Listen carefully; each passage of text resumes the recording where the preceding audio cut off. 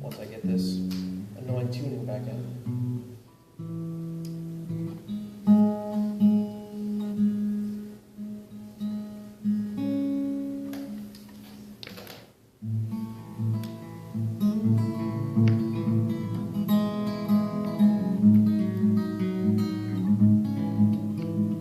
If this were the Cold War, we could keep each other warm. I said on first occasion that I'll never read.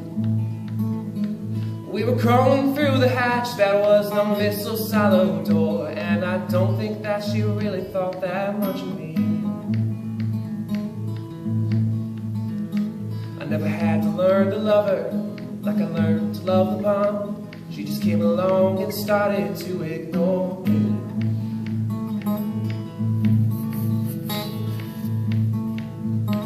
But as she waited for the big one, I started singing her my songs, and I think she started feeling something for me.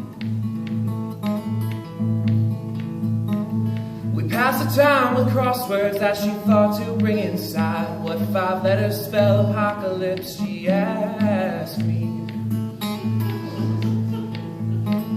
I won her over saying WWIII. She smiled and we both knew that she misjudged me. Oh Marie, it was so easy to fall in love with you. It felt almost like home of sorts or something. And you would keep the warhead missile silo good as new, and I'd watch you with my thumb above the button. Then one night you found me in my army shoe cot, and you told me of your flash of inspiration. You said fusion was the broken heart, and that's lonely's only thought. And all night you drove me wild with your equations. Oh Marie, do you remember all the time we used to take, talking love and then ransack the rations? Oh, I think about the big one and the avalanche cascades, and my eyes get washed away in chain reactions. Oh Marie, if you would stay, then we could stick pins in the map of all the places that we thought that love would be found. But I would only need one pin to show where my heart's at, in a top secret location 300 feet under the ground. Or we could hold each other close and stay up every night, look into the dark, into the night sky, and pretend this giant missile is an old oak tree instead, and carve our name and hearts into the warhead. Oh Marie, there's something tells me things just won't work out above, that our love will live a half-life on the surface. So at night while you are sleeping, I hold you closer just because as our time grows short, I get a little nervous. Oh, I think about the big one, WWIII. Would we ever really care if the world had ended? You could hold me up, we could hold each other close, like you're holding me tonight. I look at that big red button and I'm tempted.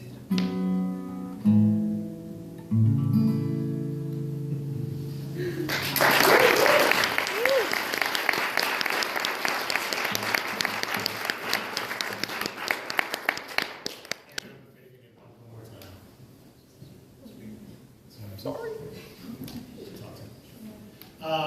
That was fun. Is that from a show? No, it's written by a guy named Josh Ritter. Oh, right. Some people know him.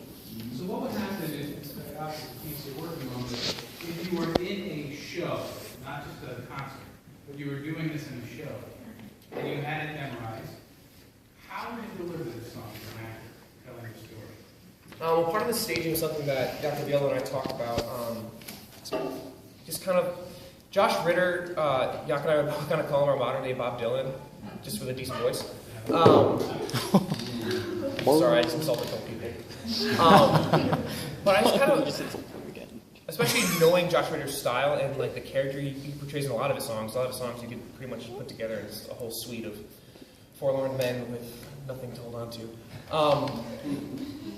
But I just kind of was thinking that this guy, he's sitting down and he's imagining this life that he wants to have. But it's not until I talked it through with Yakaville that I realized that this guy never actually interacted with Marie. The first time I sang it, I was like, this is like a cute little love story. It's got some weird twists. They're in this nuclear warehouse and he wants to blow up the world so they can be together forever. But it's kind of quirky, right? Well, it's a little darker than that because you realize that he's never actually interacted with this person. So I just kind of imagine this little reclusive guy. I guess the story I painted in the beginning was how I'd like to stage it if I did it for real. So just like that. Is he singing to her? Is he actually singing to her? He's not singing to her.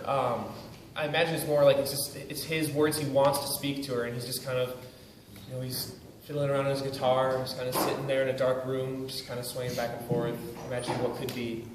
I think the turn would be at the very end when he's saying, I look at the bigger button and I'm tempted. Like, that's when it becomes real to him. He's like, there he is. I might just blow up the world.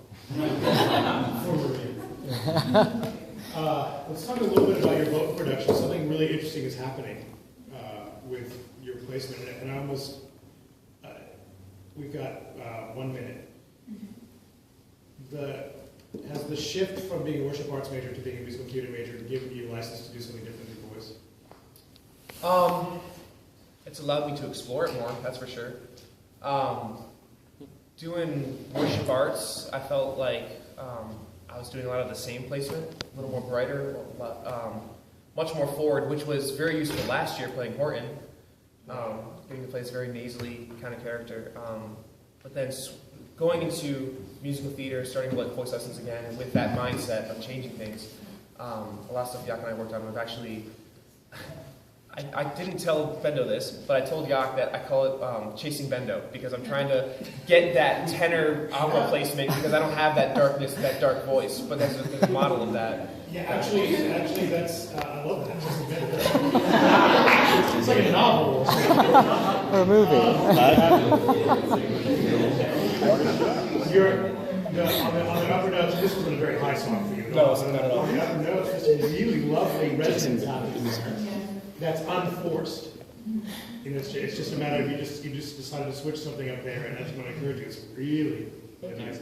And nice finger work on the guitar when you're singing. Sorry we can't talk more, but we're out of time. Have a great weekend. Good Valentine's Day. Bye.